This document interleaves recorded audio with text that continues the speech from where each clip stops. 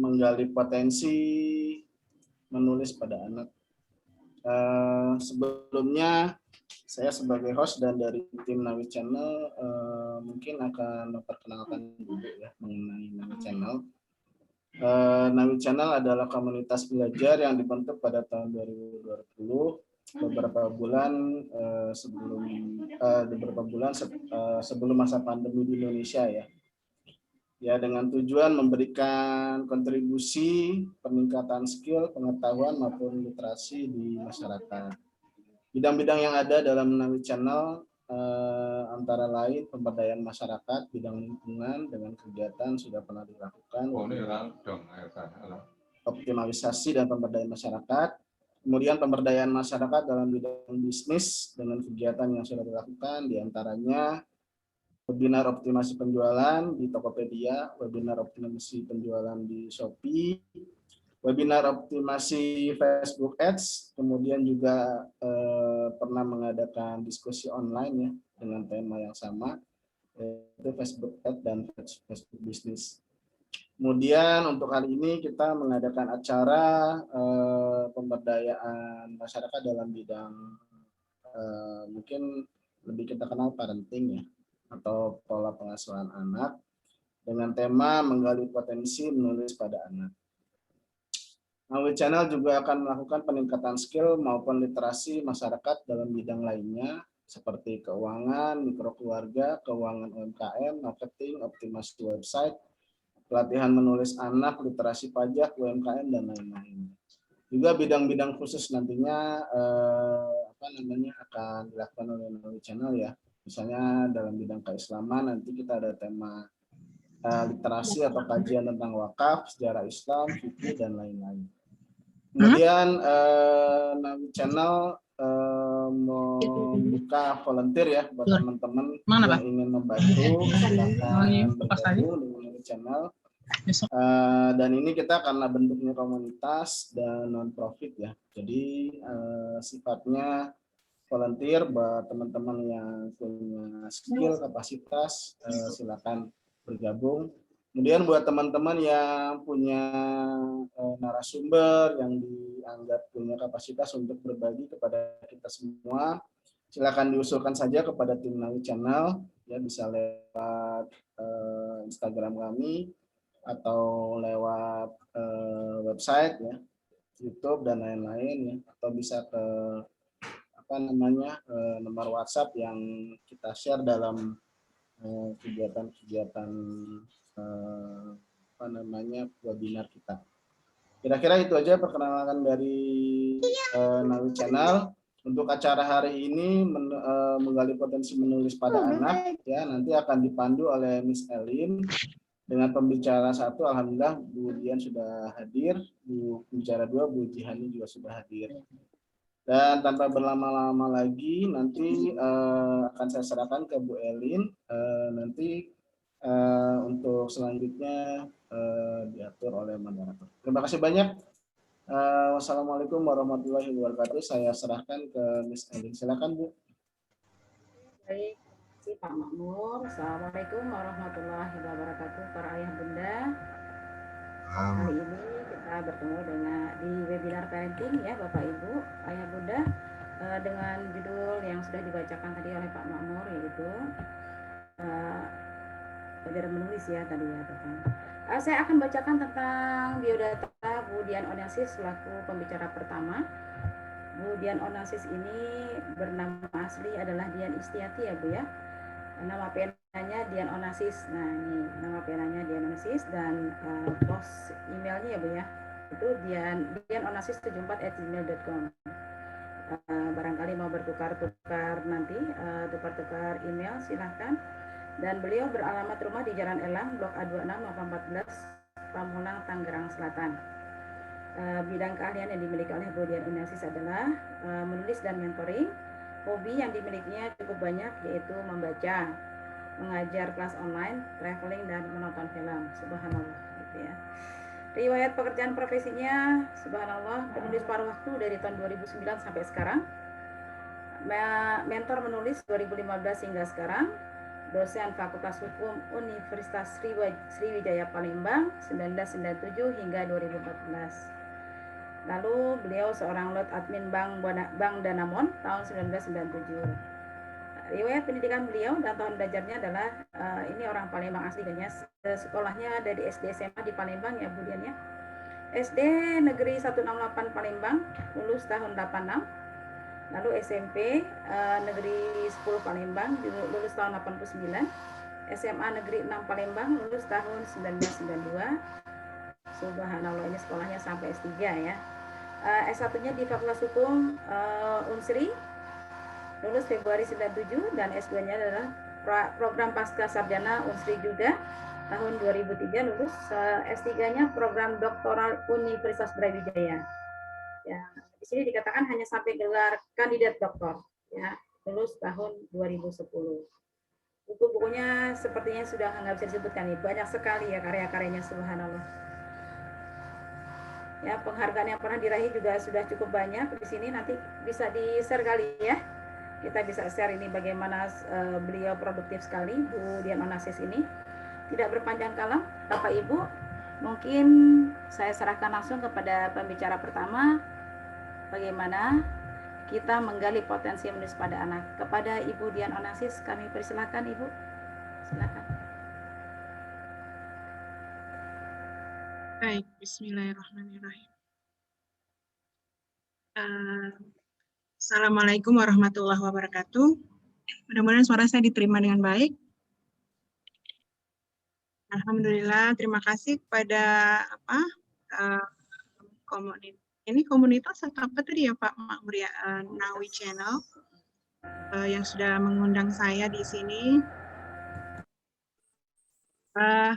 Perkenalkan, saya ibu dari 4 orang anak. Saya suka baca dan nulis diari itu dari umur 10 tahun. Nanti saya akan sharing dan cerita juga kenapa saya bisa menyukai dunia ini, dunia menulis ini. Kemudian saya juga penulis cerita anak dan mulai itu tahun 2009. Saya suka banget ikut kelas online, menulis offline maupun online ya.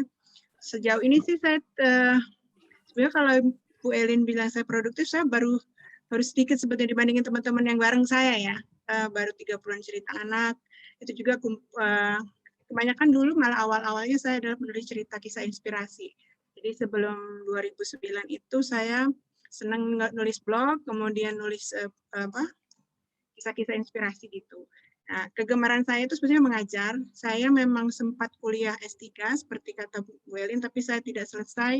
Jadi teorinya selesai, 4 semester selesai, lulus proposal, kemudian dapat gelar kandidat dokter, tapi mau ujian dokternya nggak saya teruskan karena harus memilih antara punya anak atau lanjut kuliah. Saya milih untuk punya anak, maksudnya ikut program, karena saya 9 tahun pertama pernikahan belum punya anak waktu itu, jadi saya ikut program, jadi saya memilih dan meninggalkan karir sama kuliah saya untuk ikut suami saya ke Jakarta. Saya memang besar di Palembang, Bu En dan teman-teman. Tapi saya sejak tahun 2005 tinggal di Tangerang Selatan. Lanjut.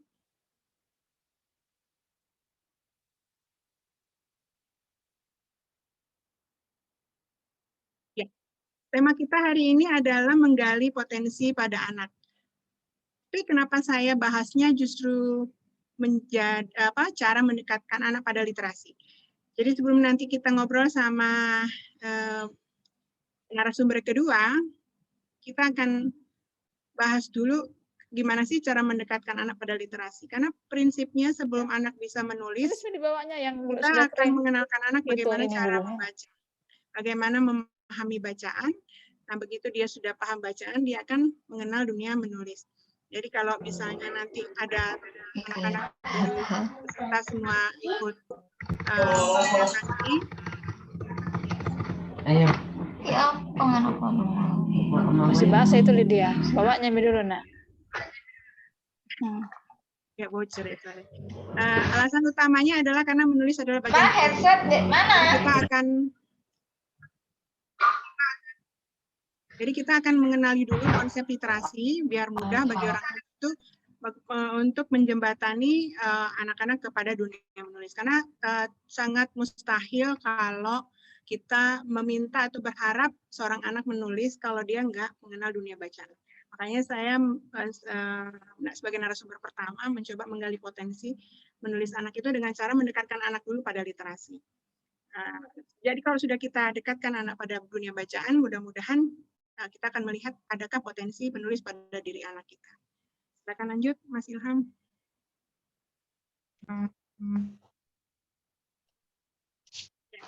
Kalau sudah bicara mendekatkan anak pada literasi, apa hal yang paling penting perlu diketahui sebelum kita bicara tentang cara mendekatkannya? Di dunia perkuliahan, biasanya kalau kita mau berdiskusi atau memberikan penjelasan pada peserta, kita akan memperkenalkan dulu satu konsep dari tema pembahasan supaya kita waktu berbicara nanti, waktu tanya jawab atau berdiskusi, punya konsep yang untuk hal yang pertama yang perlu kita ketahui adalah apa sih sebetulnya konsep literasi. Silakan Mas Ilham, lanjut. Sebenarnya konsep literasi itu banyak ya, banyak banget. Saya coba kemarin iseng googling hampir puluhan pendapat para ahli, pendapat organisasi. Akhirnya saya mencoba mengambil 3 poin penting aja. Pertama dari segi ilmu asal-usul kata atau etimologi. Jadi literasi itu dari bahasa Latin yang artinya, yakni literatus, artinya orang yang belajar. Artinya orang yang belajar ini sangat berhubungan dengan proses membaca dan menulis. Kenapa hanya pada konsep membaca dan menulis? Karena pada prinsipnya lahirnya konsep literasi yang paling awal atau yang paling dasar adalah baca dan tulis. Nanti kita akan mengenal ada 5 atau 6 jenis literasi lainnya, tapi literasi paling dasar itu adalah baca dan menulis. Jadi kalau dari segi asal-usul kata, literasi sendiri udah jelas orang yang belajar tentang baca dan tulis. Kalau berdasarkan Kamus Besar Bahasa Indonesia, ini dijelaskan bahwa kemampuan keterampilan individu dalam berbahasa yang meliputi membaca, menulis, bicara, menghitung, memecahkan masalah. Jadi ada tingkat kalian tertentu yang dipakai dalam kehidupan sehari-hari. Nah, jadi sebenarnya lebih besar lagi, lebih luas lagi kalau KBBI bilang. Tapi saya akan mencoba mempersempit bahasan kita hari ini dengan tulis. Kemudian menurut UNESCO, literasi adalah seperangkat keterampilan.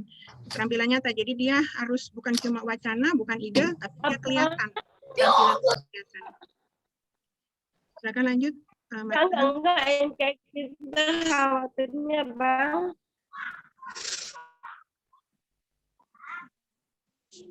Oke, jadi kalau sudah kita tahu konsep literasinya itu apa, maka kita akan fokus pada malam hari ini dengan membahas 3 hal utama, yakni membaca, menulis, dan memahami.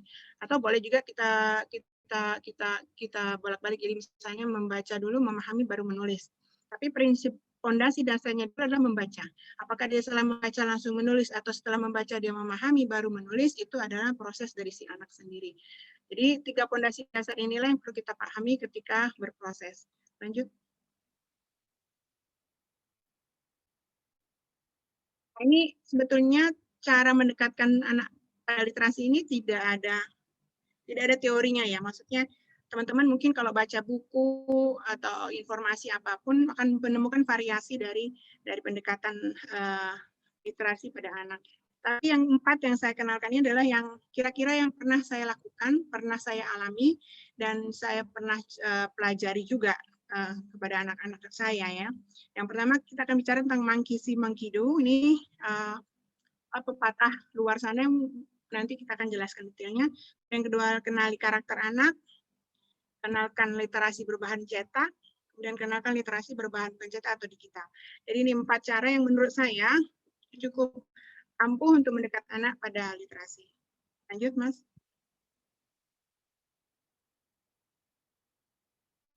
Iya. Yang kalau kita bicara monkey see, monkey do, ini ada lagu-lagu anak-anak di luar sana itu menceritakan bahwa anak itu adalah peniru ulung dari orang tua.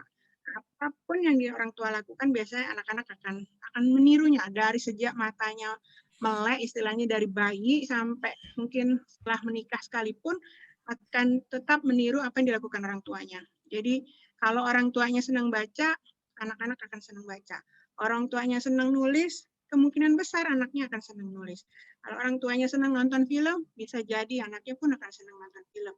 Termasuk kalau orang tuanya senang bicara, baik bicara ngobrol gitu atau bicara sebagai public speaker, kemungkinan anaknya pun akan senang bicara.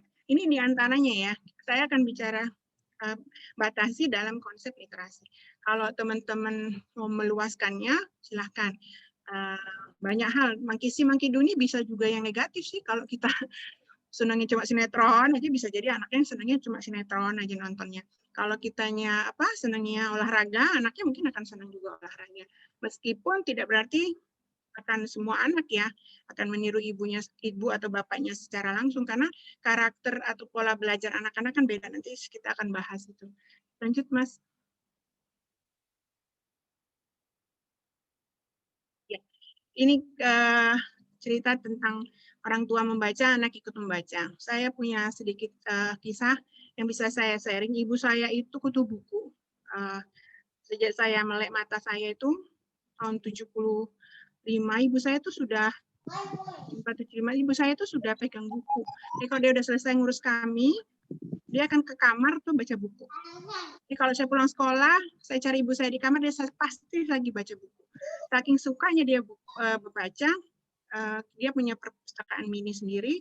Kemudian kita juga udah lama-lama tuh anak-anak tuh kepo gitu loh. Nih ibu kok seneng bener sih diem di kamar ngapain ya gitu. Jadi ternyata ibu saya tuh memang seneng baca tapi nggak pernah maksain. Tidak pernah bilang kamu Dian harus baca, enggak. Jadi benar-benar beliau ngasih contoh aja. Kalau kan beliau waktu itu toko buku di Palembang itu cuma ada satu ya. Terus setiap minggu tuh pasti beliau ke sana dan saya ikut terus tuh. Jadi kalau ibu saya pesan buku, saya lihat pesan bukunya dari Jakarta tuh waktu itu tahun 70 berapa. Dan sampai sekarang beliau tuh sampai sekarang hobi baca buku. Adik-adik saya pun jadi ikut hobi baca buku. Bahkan adik saya nomor 2 itu bisa baca sendiri. Jadi entah gimana saya nggak ingat, pokoknya umur 4 tahun tuh dia sudah bisa baca sendiri tanpa diajarin. Karena memang kami itu ngelihat buku di setiap pojok rumah.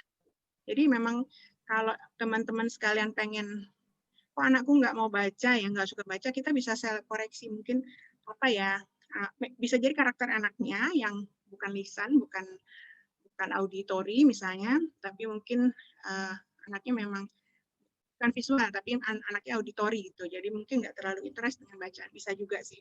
Tapi umumnya ibu orang tua yang suka baca, anaknya kan suka baca. Lanjut. Nah, kemudian yang kedua, orang tua senang menulis, anak juga suka menulis. Ini saya alami sebetulnya. Jadi waktu saya hamil anak-anak tuh nyaris bukan cuma baca aja yang saya lakukan, tapi juga nulis. Nggak cuma diari atau blog, saya tuh ingat banget. Waktu hamil anak kedua terutama, saya tuh ngasilin banyak belasan antologi dan ada 4 atau 5 buku solo selama 3 atau 4 buku solo selama saya hamil. Efeknya ternyata anak pertama saya itu bisa bikin pickbook tuh bukan anak-anak ya, tapi dia udah tahu nih kapan beginning, kapan middle, kapan ending. Jadi kapan yang awal, kapan di tengah, kapan akhir, itu udah mahamin tanpa harus saya menjelaskan. Karena kebiasaan saya menulis itu kan dia ngelihat tuh, oh ibunya lagi nulis gitu, terus kadang-kadang dia ngelihat gitu. Walaupun dia belum bisa baca ya, nah tapi dia mulai bisa membuat komik dengan pola yang cukup runut kalau menurut saya untuk usia 4 tahun waktu itu. Kan anak saya yang nomor 2, umur 4 tahun tuh udah bisa baca nulis sendiri. Karena mungkin ya itu tadi pengaruh, dia suka ngelihat ibunya pegang pensil atau kertas atau laptop di depan itu. Jadi, nah kebetulan dua-duanya adalah anak yang visual. Jadi mereka belajarnya itu dengan melihat langsung apa yang itu. Jadi untuk Monkey Do ini memang paling tepat diberlakukan kepada anak-anak yang visualnya sangat kuat dominannya. Penguasaan anak-anak menulis pun akan dipengaruhi ketika kita juga di depan dia terus sering melakukan kegiatan tersebut. Lanjut, Mas Ilham.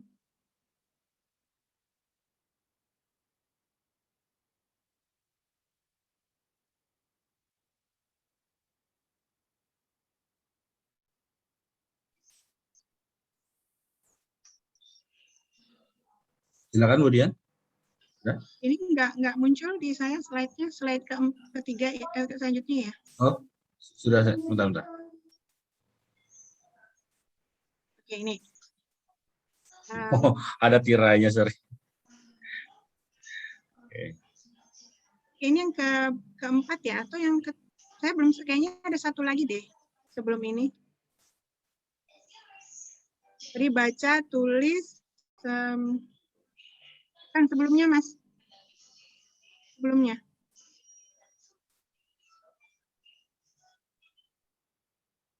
Ya ini. Kalau orang tua senang menonton, anaknya juga senang menonton. Nah, mungkin sebagian orang tua tidak setuju dengan pendapat saya bahwa menonton itu mungkin tidak bermanfaat, tapi sebetulnya jangan disepelekan kebiasaan menonton kalau anak kita adalah tipikal audio, anak yang harus melihat langsung apa yang kita sharing gitu loh. Jadi pola pikir anak tuh benar-benar dipengaruhi oleh jenis tontonannya. Nah, kita orang tua memang harus menemani. Jadi film apapun, jadi jangan ditinggalin anaknya nonton film itu, karena kebiasaan mendiskusikan sebuah cerita ini saya alami juga di keluarga besar saya. Kita suka sekali mendiskusikan film setelah selesai menonton. Jadi kita akan bicara tentang awal cerita, konflik cerita, solusinya, terus kita akan membiasakan diri untuk memahami isi dari film tersebut. Nah, belajar memahami sebuah film itu adalah bagian dari literasi. Karena kalau memang kita bisa mengajak anak sedemikian rupa sedemikian paham atas isi film tersebut, kita kan bisa tahu nih menilai mana yang perlu kita terus tanamkan pada si anak, mana yang perlu dibuang atau kita jelaskan pada mereka, oh ini tidak boleh dicontoh atau dipertahankan. Nah, jadi memang karakter anak nanti akan terpengaruh. Jadi kalau misalnya ibu-ibu atau bapak-bapak punya anak yang tipikalnya visual, kebiasaan menonton ini perlu, ya, walaupun mungkin lewat internet atau kita yang menetapkan nontonnya film apa itu terserah, tapi jangan disepelekan kebiasaan menonton. Jadi mereka sangat mengikuti kebiasaan kita. Termasuk kalau tontonan kita juga receh, mereka mungkin terbiasa nonton film apa, tontonan yang receh. Yang berat mungkin bisa juga berat, tapi yang penting didampingi prinsipnya. Itu Mas Ilham. Yang keempat adalah tadi kalau kita senang bicara, kemungkinan besar anak senang bicara. Nah, ini agak ini juga ya, sebetulnya agak nggak 100% benar juga sebenarnya, karena balik ke karakter. Tapi umumnya kalau anak senang bicara, kita senang bicara pada anak, mungkin anak akan senang berbicara. Kecuali kalau karakter anaknya sendiri misalnya introvert. Tapi kalau kita ketemu anak yang auditori, biasanya dia akan senang bicara. Bahkan mengajak kita, Bun, besok mau ulangan, mau ujian, mau ada tes, mau ada apa, tolong dengerin deh, aku lagi bicara, ini nggak menghafal bacaan misalnya. Anak auditori itu biasanya dengan berbicara. Nggak bisa dia dengan melihat gambar atau dengan mind map atau apa ya, anak auditori itu biasa senang dengan berbicara. Nah, berbicara ini ada komunikasi dua arah yang paling sering dilakukan. Kalau orang tuanya terlalu pendiam atau tidak senang membicarakan satu program atau bacaan, bisa jadi tingkat literasi anak pun akan berpengaruh gitu loh pada saat dia membicarakan literasi yang dia pelajari. Jadi saya itu suka menganggap bahwa kalau kita membaca itu kan memperkaya diri kita sendiri. Ya, jadi ilmu yang kita dapat itu memperkaya diri kita sendiri. Tapi begitu kita menulis, kita juga memperkaya diri kita sendiri, sekaligus orang-orang di sekitar kita atau orang-orang yang membaca tulisan kita. Tapi kalau sudah kita berbicara, kita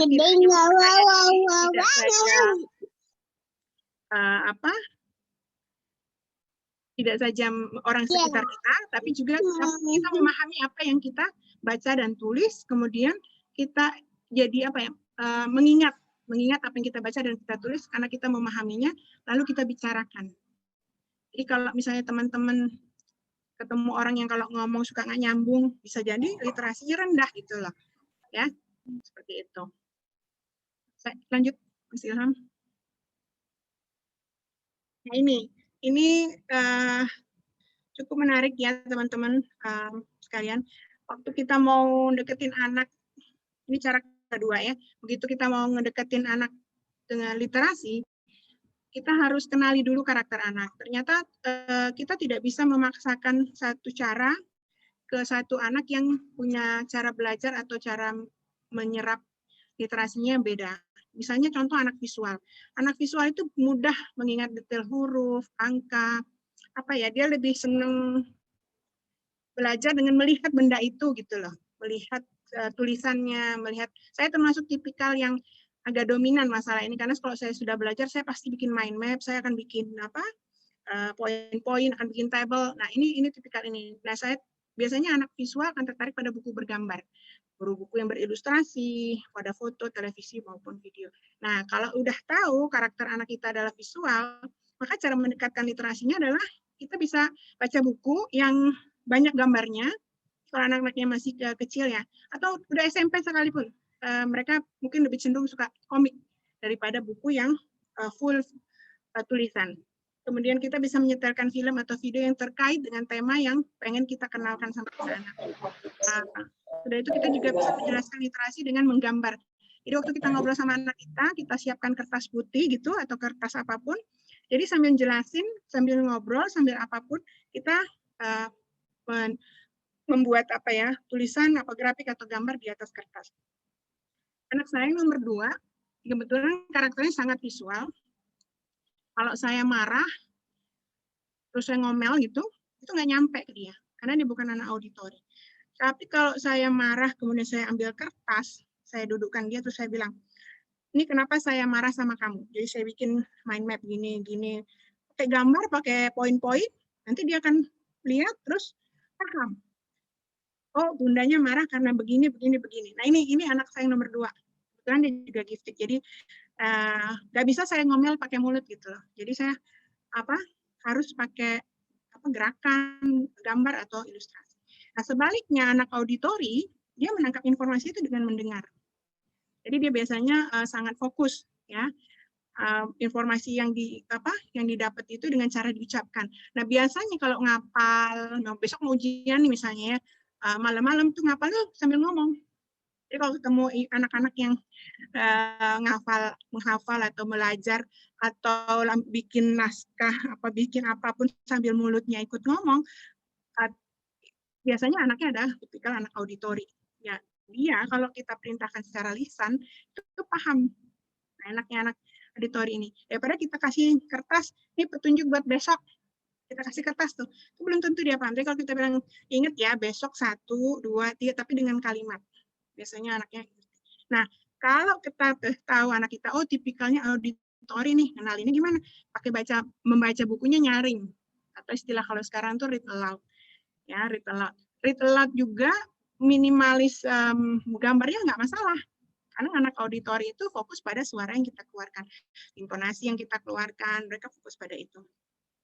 Kemudian dia juga suka mendiskusikan pelajaran yang sudah dipelajarinya. Jadi dia tuh termasuk tipikal team player biasanya anak auditori ini karena dia senang mendengarkan setiap omongan dari teman-teman diskusinya. Nah itu biasanya cepat nyerap.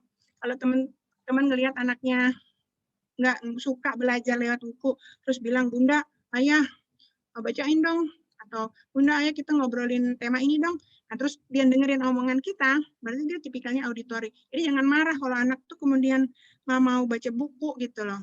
Nah, kalau begitu dibacain ternyata nyambung, karena memang tipikalnya auditori. Nanti sebetulnya pada prinsipnya gabungan juga bisa sih, tapi ada yang menonjol biasanya. Ada yang menonjol. Nah, karakter ketiga, anak kinestetis. Nah, ini biasanya melibatkan gerakan fisik nih.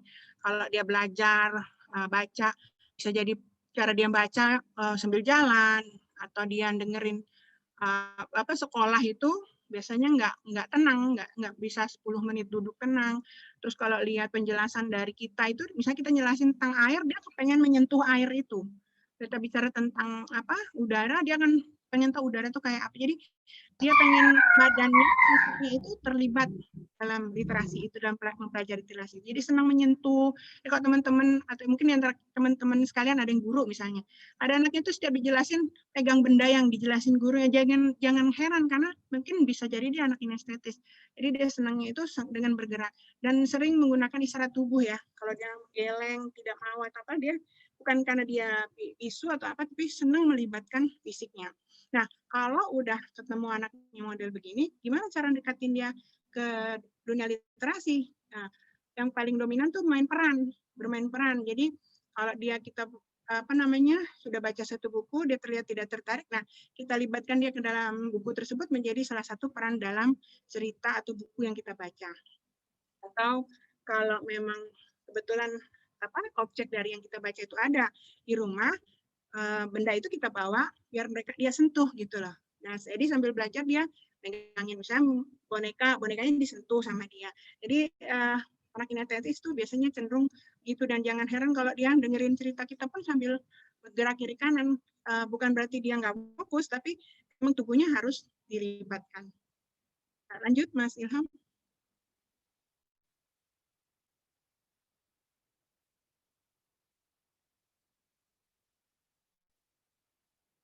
Ya, cara keempat kita kenalkan. Jadi kita sudah tahu mangkisi mangkido. Jadi kita sebagai orang tua itu paham apa yang kita lakukan akan biasanya akan diikuti oleh anak.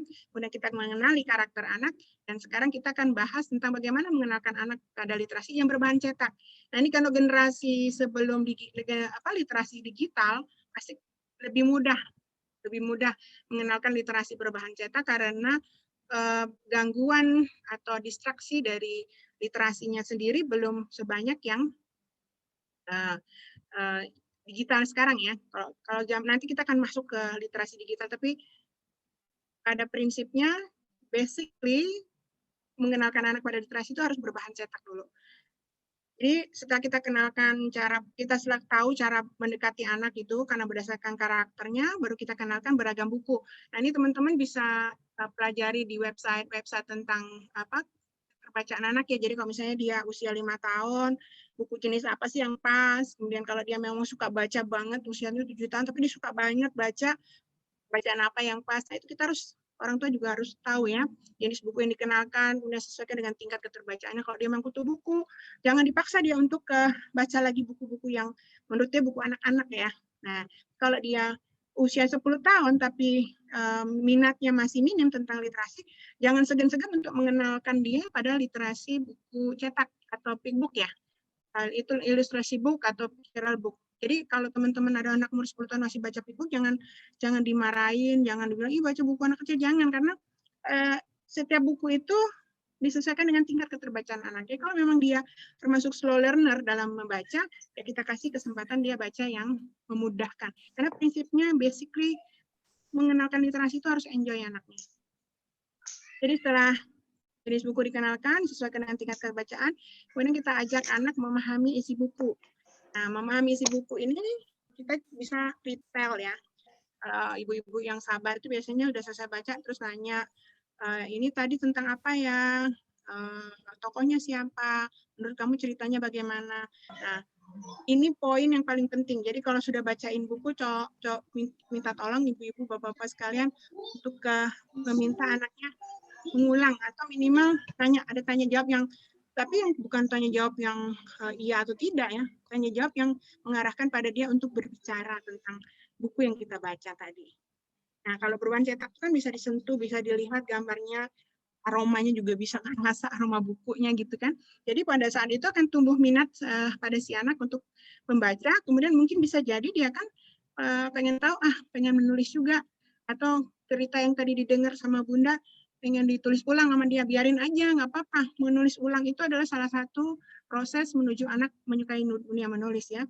Kalau dia sudah suka menulis, nah ini kita tanya mau ikut kelas menulisnya atau mau kalau mau menulis ditemenin Bunda mau nggak. Nah ini apa istilahnya kebijakan dari si ibu. Nanti narasumber kedua akan membahas tentang ini karena beliau pendamping penulis cerita anak ya. Kita lanjut ke cara keempat. Mas Ilham, lembaran berikutnya. Jadi kita mengenalkan anak pada literasi berbahan bukan cetak atau digital. Nah, ini adalah literasi digital. Jadi sebetulnya literasi itu ada literasi dasar, baca tulis, ada literasi numerasi, jadi mengenalkan anak pada konsep angka dan simbol, ada kemudian literasi pustakaan atau pustaka, jadi dia literasi mengenalkan fiksi dan non-fiksi, kemudian juga literasi sains. Literasi sains ini mengenalkan pengetahuan atau knowledge. Literasi perpustakaan tadi masuk dalam literasi sains, kemudian ada literasi finansial, kenalin anak-anak tentang konsep keuangan, kemudian yang kedua lagi literasi ini digital sama literasi kewarganegaraan.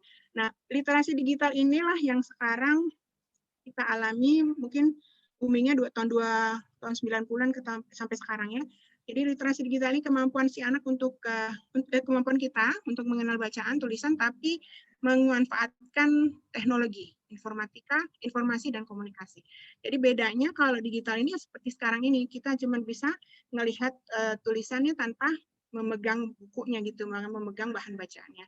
Era ini sebetulnya sudah jamak terjadi sekarang, jauh sebelum PJJ juga banyak orang dosen, guru yang mewajibkan anak-anak bikin tugas terus kirim lewat email. Itu. Jadi sekarang udah ini. Cara mengenalkannya mau nggak mau ya, basically seperti si Mangkidu tadi, kita memang sekarang ini boleh dibilang kayak saya sekarang webinar, anak-anak sudah biasa zooming, kemudian kita udah biasa chatting. Nah, hal yang perlu kita ketahui pada dasarnya saat mengenalkan literasi digital ini, mengajarkan pada anak-anak bagaimana menuliskan literasi itu ada konsep yang baik. Jadi misalnya nih, bikin email untuk guru atau orang tua atau dosen, ada pembuka, ada isi, ada penutup. Nah, itu dibiasakan, kita temenin ya chatting murid kepada guru. Nah, ini termasuk literasi digital ya. Hal yang paling sepele sebetulnya. Bagaimana mengucap salam dulu, kemudian menanyakan gurunya sedang sibuk atau tidak, baru menjelaskan tentang kepentingannya apa, terus menutup. Nah, ini saya lakukan juga pada putri saya yang sekarang kelas 8, supaya tetap santun berliterasi digitalnya.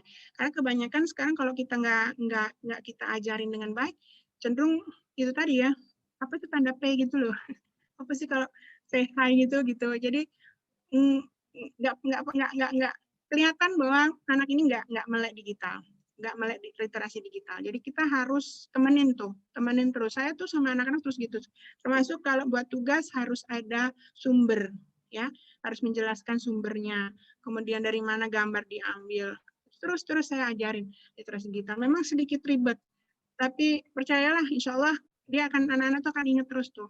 Kebetulan anak saya sekarang tuh kalau ada tugas dia selalu bilang, Bun jangan lupa nanti ingetin ininya apa sumbernya. Dan kalau dia misalnya lupa bikin PR atau apa mau WhatsApp gurunya, saya akan tanya gimana cara nulisnya, dia akan ngomong dulu. Nanti kakak akan bilang begini, isinya ini. Nah, jadi saya pantau. Nah, ini kenapa penting sekarang ini ya, karena memang kondisinya untuk memudahkan komunikasi dan memang membuat anak lebih kreatif ya, serta inovatif, dan memang tak bisa dielakkan lagi bahwa kita harus menggunakan literasi digital ini pada anak-anak. Tinggal gimana kita orang tua mengontrolnya, ini juga masih PR buat saya sebetulnya. Nah, lanjut.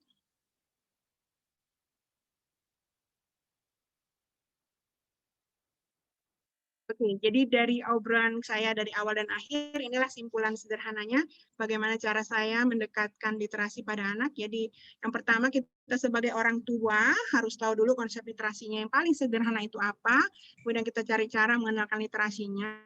Kalau memang kita suka baca, anak-anak akan suka baca, kemudian kita mengenali cara belajar si anak, baru kemudian kita kenalkan literasi sesuai kemampuan penyerapan si anak. Nah, jika kalau sudah fase ini selesai, anak kita sudah sampai level memahami bacaan, maka kita kenalkan dengan dunia menulis. Ya, bisa sih bareng, tapi nggak semua anak bisa melakukannya ya. Tapi kalau misalnya kita sudah punya basic buat anak itu membaca, maka kita bisa mengenalkan dunia atau literasi menulis. Nah, insya Allah kalau sudah begini, kita tinggal mendampingi si anak untuk menjadi penulis. Nanti narasumber kedua akan membahasnya lebih detail lagi. Saya rasa itu aja pembahasan saya malam ini. Terima kasih banyak atas perhatiannya. Mohon maaf kalau ada kesalahan. Assalamualaikum warahmatullahi wabarakatuh. Assalamualaikum warahmatullahi wabarakatuh. Subhanallah, apa yang dipaparkan oleh Mbak Dian Onassis ini, Masya Allah ya. Boleh saya mengambil kesimpulan, yaitu ada 4, mangkisi, mangkidu. Kalau kita dulu bilangnya ya like mother, like daughter juga bisa, like mother, like son gitu ya. Seperti itu. Jadi apa yang dilihat dari orang tuanya, anak akan seperti itu gitu ya. Yang kedua, mengenali karakter anak. Ini kalau tadi dikatakan bahwa ada visual, ada auditory, ada kinestetik. Jadi benar Mbak, seorang guru itu harus menguasai ini semua. Bayangkan ketika seorang guru harus mengajar beberapa anak dalam satu kelas dengan metode gaya belajar yang sangat berbeda-beda. Di sinilah peran seorang ibu, peran seorang guru bagaimana bisa memahami anak, memasuki apa yang kita inginkan kepada anak dengan caranya dia. Gitu ya. Keras ya, Wah, banget. Yang ketiga yaitu mengenali berbahan cetak ya. Itu yang tadi sudah diungkapkan, lalu mengenali dengan yang literasi berbahan digital. Ada beberapa kalimat yang sangat tersentuh ya ketika Mbak Dian mengungkapkan bahwa bagaimana anak itu dilatih dengan bagaimana membuka isi dan penutup. Di situ melihat bahwa anak itu terkonsep dengan baik secara literasi ya, baik secara mengungkapkan, menulis dalam sebuah buku, dari email gitu ya. Itu akan, kalau kita nih dalam bahasa, kebetulan saya guru matematika, jadi kalau dalam matematika juga gitu ya, ada diketahui, ada ditanya, ada jawab ya, itu namanya terkonsep dengan baik gitu ya. Dan satu lagi yang saya garis bawahi, garis merah ini, subhanallah, kalau Mbak Dian mengatakan bahwa biasakan anak mengambil sumber dari mana, terus dari mana gambarnya diambil, dari mana sumbernya diambil, itu memberikan tanggung jawab kepada anak. Jadi jujur mereka. Jujur dan tidak yang menjiplak gitu ya, seperti itu. Ya. Saya kebetulan dosennya dulu masalah kayak intelektual, Bu Elin. Jadi memang gitu. Saya fokuskan banget sama anak-anak. Dan saya setiap sharing, saya usahakan supaya orang tua juga paham bahwa kalau bisa menyebutkan sumbernya itu adalah kewajiban kalau kita mau mengutip sesuatu. Gitu. Ya, bahkan sampai sekarang kalau ada mau tesis itu juga harus ada dicek itunya, Mbak. Iya, apalagi kalau ini ya. Kalau jiplak gitu kan ketahuan, itu langsung di-delete sama dosen gitu ya. Ayah Bunda, itu yang sudah diungkapkan oleh Mbak Dian Onassis. Terus ada yang sangat menggelitik juga ya. Kadang-kadang orang tua berpikir seperti ini. Kalau orang tuanya sibuk, bisa nggak sih menghasilkan anak yang penulis gitu ya? Apa harus jadi ibu rumah tangga kayak Ibu Dian gitu ya, yang mengorbankan karirnya demi anak gitu. Ternyata itu terjawab dengan dengan pembicara kedua. Pembicara kedua ini adalah seorang ASN, Bu, gitu ya. Bunda, Ayah, seorang ASN yang sibuk kesehariannya, tapi alhamdulillah menghasilkan seorang penulis cilik yang bernama Umar. Penulis kedua ini kita bacakan biodatanya. Saya nyontek dulu ya di HP. Ya, ini dia. Lahir di Jakarta, beliau adalah seorang alumni Fakultas Ekonomi Bisnis Universitas Indonesia. Beliau adalah adik kelas saya, Bu, di UI gitu ya. Aktivitas sehari-hari adalah ASN Diknas ya. Beliau adalah seorang aparatur sipil negara di Kementerian Pendidikan dan Kebudayaan dan sekaligus ibu rumah tangga. Jadi ini bisa membuktikan bahwa seorang ibu rumah tangga, masih mampu menjadi penulis. Saya ditanya tentang Halo.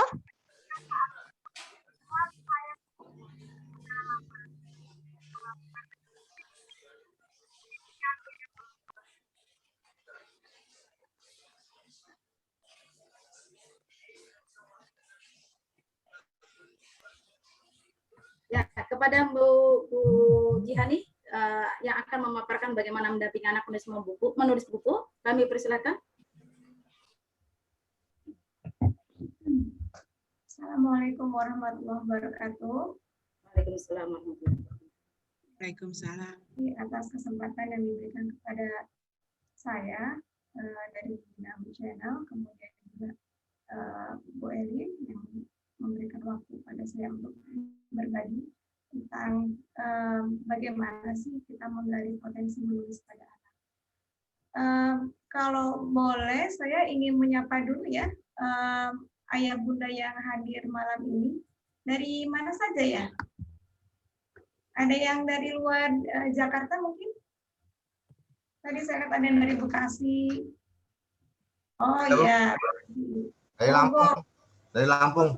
Dari Malaysia. Oh, dari Lampung. Jati. Ya. Ada dari Palembang kali ya? Tetangganya Mbak Dian. Lampung, Pak. Tetangga Palembang, Bu, Lampung. Oh, iya. Betul. Baik. Alhamdulillah, ini dari Nusantara ini ya, banyak sekali yang luar Jakarta. Alhamdulillah, sampai Malaysia tadi saya lihat. Terima kasih atas responnya. Ya, jadi untuk sesi yang kedua ini saya dimintakan pengalamannya, berbagi pengalaman tentang bagaimana pengalaman saya mendampingi anak saya yang sekarang menjadi penulis yang remaja gitu ya. Karena memang dari kecilnya itu memang ada tahapan-tahapannya, prosesnya gitu ya, prosesnya dia sampai menghasilkan, saat ini menghasilkan 2 buku. Jadi sebelumnya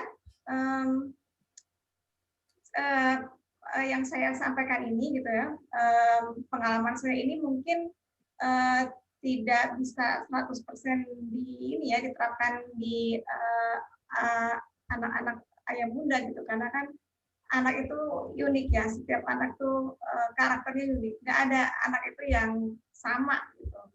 Jadi memang anak itu karakternya tidak bisa dibandingkan atau disamakan gitu. Tapi memang mungkin pengalaman-pengalaman dari saya atau mungkin di forum ini kita bisa berbagi pengalaman ya, ayah bunda yang punya anak yang kelihatannya punya bakat menulis, dengan pendekatan-pendekatan yang tadi disampaikan Mbak Dian itu mungkin bisa kita terapkan di anak-anak kita gitu ya. Dan terima kasih juga Mbak Dian karena rezeki saya juga ini hadir di acara malam ini, sehingga banyak banget nih ilmu yang saya dapat dari Mbak Dian. Istilahnya kalau anak sekarang bilang paparan Mbak Dian itu mengandung daging wagyu gitu, jadi emang syarat ilmu banget gitu. Alhamdulillah, terima kasih Mbak Dian. Baik, Pak Ilham boleh slide-nya?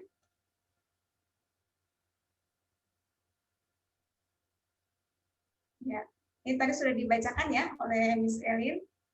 Lanjut slide berikutnya. Baik, pengalaman saya ya. Sekarang kita bicara tentang berbagi pengalaman.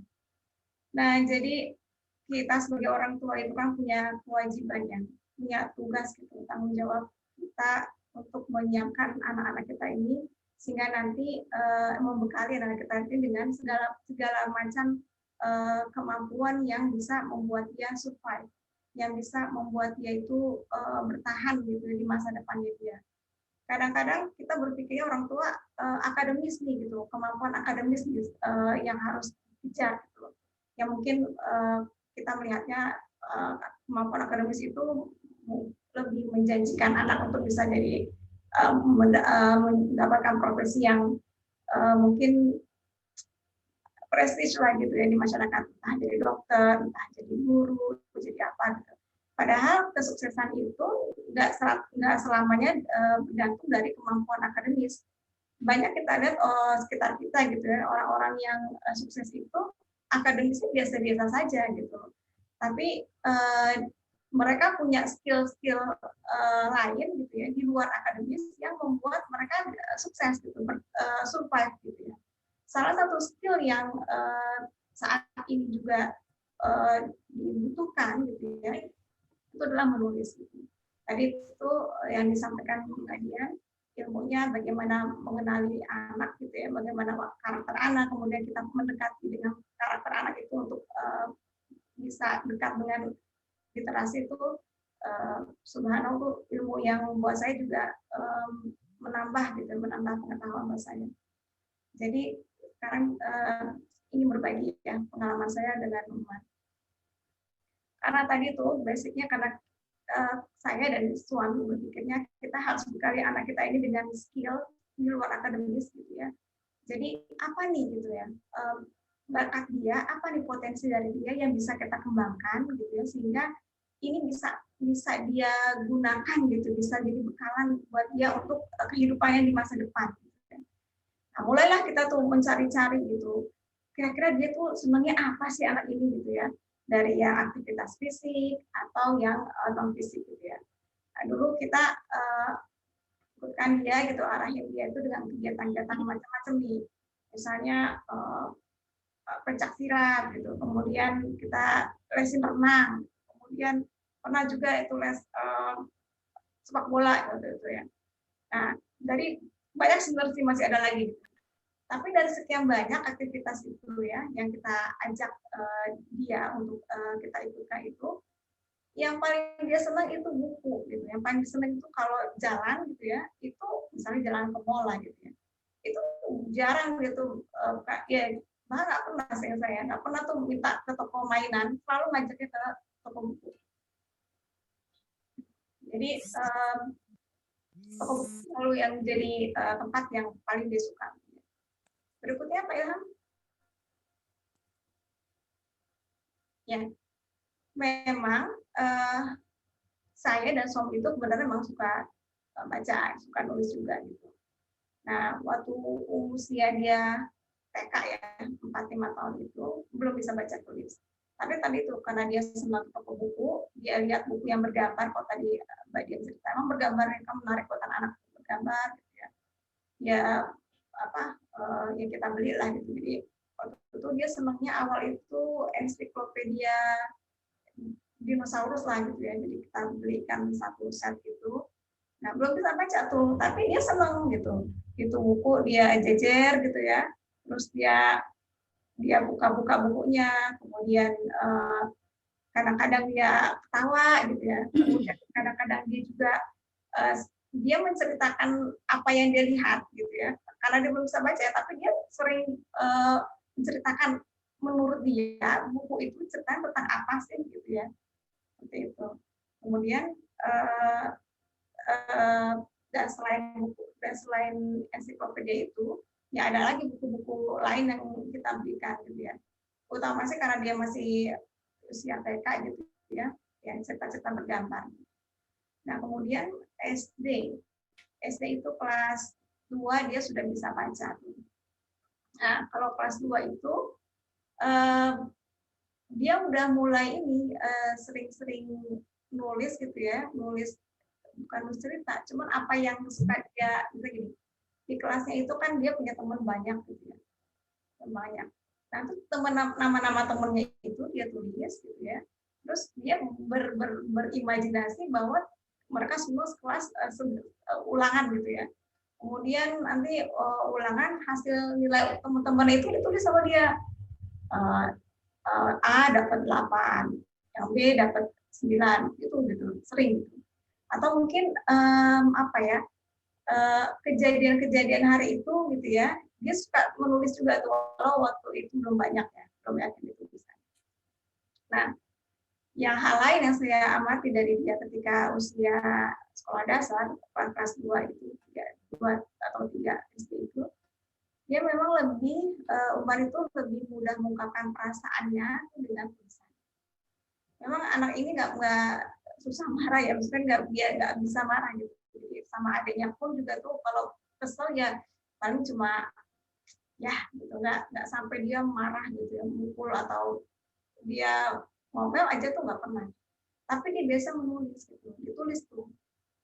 Dia apa yang ingin diungkapkan ke adiknya, rasa marahnya itu dituliskan oleh dia, dikasih nanti ke adiknya.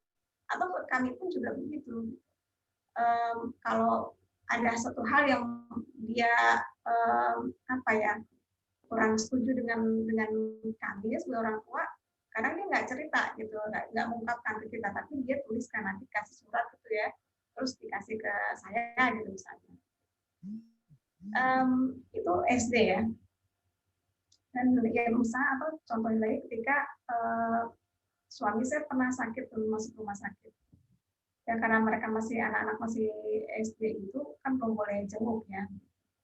Nah itu dia waktu saya mau ke rumah sakit lagi, dari pulang ke rumah mau ambil baju gitu ya, dia bilang sama saya, tunggu bentar nih, aku mau kasih sesuatu buat Abi. Dikasih kertas gitu ya, saya juga nggak tahu isi dalamnya apa. Saya bawalah ke rumah sakit.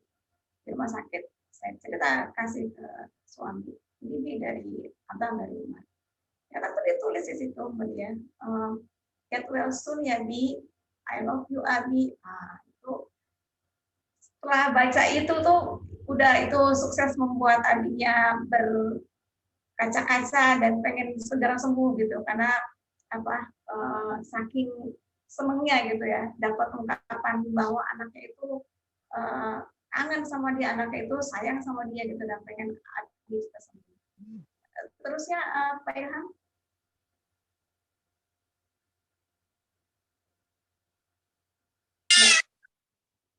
Kemudian kelas 4 sampai 5. Nah, itu dia udah mulai suka tulis di kertas tuh gitu. Dan selama SD ini, selama dari usia dia mulai dia SD itu mulai bisa baca gitu ya, itu memang kita banyak ngasih dia tuh macam-macam jenis genre buku. Maksudnya dari yang cerita bergambar, dari yang apa namanya kartun gitu, atau yang cerpen gitu, atau pokoknya segala macam jenis buku itu kita berikan ke dia. Tapi memang saya dan suami itu punya aturan gitu. Jadi apapun yang kita sampaikan, kita berikan ke anak itu harus kita screening dulu nih dari kita orang tua itu. Jadi mau ngasih buku apa ke dia, tetap kita dulu yang baca ini bukunya, bagus apa enggak. Misalnya kayak dulu ada tuh ya ensiklopedia yang Y gitu ya, kan sempat tuh ada satu temanya itu yang kurang cocok untuk anak-anak gitu. Dan kami nggak berikan itu ke Umarnya. Nah kemudian kembali lagi kita di kelas 4-5 itu dia sudah mulai sempat menulis sembarang kertas. Karena nggak terkumpul ya, jadi kita berikan satu buku aja supaya dia bisa mengumpulkan tulisannya. Pernah sih waktu itu ingin diberikan kayak macam buku diary gitu ya. Tapi karena dia anak laki ya dia nggak senang gitu nulis gitu, tapi langsung menulis cerita gitu. Jadi cerita yang memang imajinasinya dia gitu. Ada tokoh-tokohnya, ada ceritanya, gitu, ada alurnya, cuma memang belum rapi ya, karena namanya anak anak kelas 4-5 gitu ya. Jadi bahasanya memang belum rapi, cuma dia sudah bisa menyampaikan idenya itu dalam bentuk tulisan gitu. Yang menurut saya memang nggak semua orang bisa gitu, karena kan kadang orang tuh pintar gitu ya, ada istilah orang pintar untuk diri sendiri, tapi ketika berbagi kepada orang lain mengungkapkan dengan bahasa lisan tulisan agak kesulitan gitu. Nah kalau Umar itu SD itu sudah bisa tuh dia. Nah, berlanjut sampai dia SMP. Nah SMP ini memang fase dia menulis itu memang agak lambat nih, karena memang kan dari SD ke SMP. Karena dia pun juga mengalami masa transisi dari SD kan SD IT ya, gitu ya. Kemudian dia SMP itu SMP negeri. Nah, itu kan adaptasinya lumayan tuh waktu itu. Saya ingat banget tuh dia harus adaptasi dengan teman-teman yang lebih heterogen gitu ya. Kemudian pokoknya banyak adaptasi yang harus dia dia lakukan gitu, sehingga akhirnya menulis itu jadi agak lambat di SMP kelas 7. Kemudian SMP kelas 8 juga begitu gitu. Memang dari saya dan suami pun juga tidak memaksa dia harus ayo Bang nulis lagi atau bagaimana, enggak. Pokoknya kapan dia memang mau nulis, dia nulis gitu. Dan untuk pada saat di waktu ini pun yang penting pokoknya dia nggak berhenti nulis aja gitu. Kemudian berikutnya Pak Ilham slide-nya.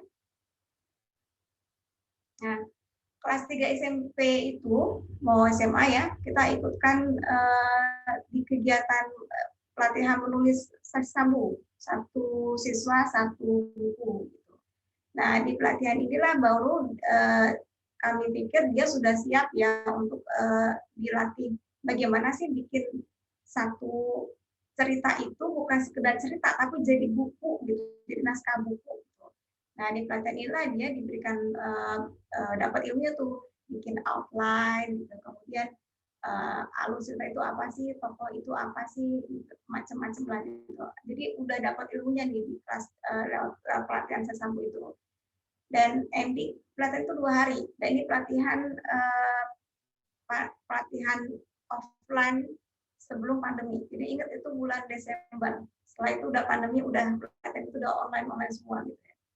Dan di pelatihan ini peserta itu di akhir pelatihan selama 2 hari itu anak-anak ini di challenge untuk bisa menyelesaikan naskah buku dalam waktu 1 bulan. Dan ya alhamdulillah Umar salah satu yang cepat juga gitu, dia selesai bukunya dalam 1 bulan. Nah inilah lahirlah buku Umar yang pertama, itu si pendiam istimewa. Lanjutnya Pak Ilham. Nah kemudian setelah buku yang pertama itu kan udah mulai pandemi itu ya, jadi kita ikutkan dia lagi nih di kelas-kelas menulis yang lain, baik yang berbayar ataupun yang gratis gitu ya. Kemudian ada juga komunitas-komunitas menulis untuk remaja gitu, dia ikut juga. Kemudian ikut juga lomba-lomba menulis. Jadi maksudnya kita memotivasi dia, abang kan udah punya satu buku nih gitu. Nah, jangan puas satu buku ini bang, abang harus berkembang. Gitu. Jadi kita motivasi dia supaya buat mengembangkannya gimana nih? Ya kamu ikut ini lagi, ikut kelas menulis lagi, kemudian ikut lomba menulis kan kalau kamu punya apa ya ikut lomba menulis kan kamu bisa tahu tuh khususnya bagaimana sih orang-orang lain menulis begitu ya. Nah, jadi bisa dibandingkan dengan tulisan kamu nah. Gitu. Ya alhamdulillah kalau dari lomba menulis itu adalah beberapa tulisan dia itu yang jadi pemenang gitu di beberapa lomba menulis itu dan dibukukan dalam suatu buku antologi gitu. Ya berikutnya Pak Ilham. Oh ya, untuk kembali ke yang slide yang pertama yang sebelumnya Pak Ilham. Ya, jadi di pelatihan yang setelah pelatihan Sesabu, setelah buku yang pertama itu, kan Umar ikut lagi nih pelatihan menulis berikutnya. Nah, di pelatihan menulis berikutnya ini juga pelatihannya itu juga sama tadi mewajibkan pesertanya itu untuk menghasilkan satu karya naskah buku gitu. Nah, di sini juga akhirnya lahir bukunya yang kedua yaitu Julia Winea. Nah, di sini dia pakai nama ini, nama pena. Gitu. Pada saat ini kan usianya udah 15-16 tahun ya. Gitu. Jadi anak-anak umur segini kan udah bisa jadi teman diskusi kita, teman ngobrol gitu ya. Awalnya kita ngasih ini waktu dia cerita, "Wi, aku mau pakai nama pena buat sekarang." Gitu. Kenapa emangnya? Pokoknya dia kasih tahu alasannya gitu ya. Ya kalau saya mungkin biasa aja nggak apa-apa lah gitu, tapi kan tapi Abinya pengennya apa pakai nama pena jadi nyusah-nyusah segala macam.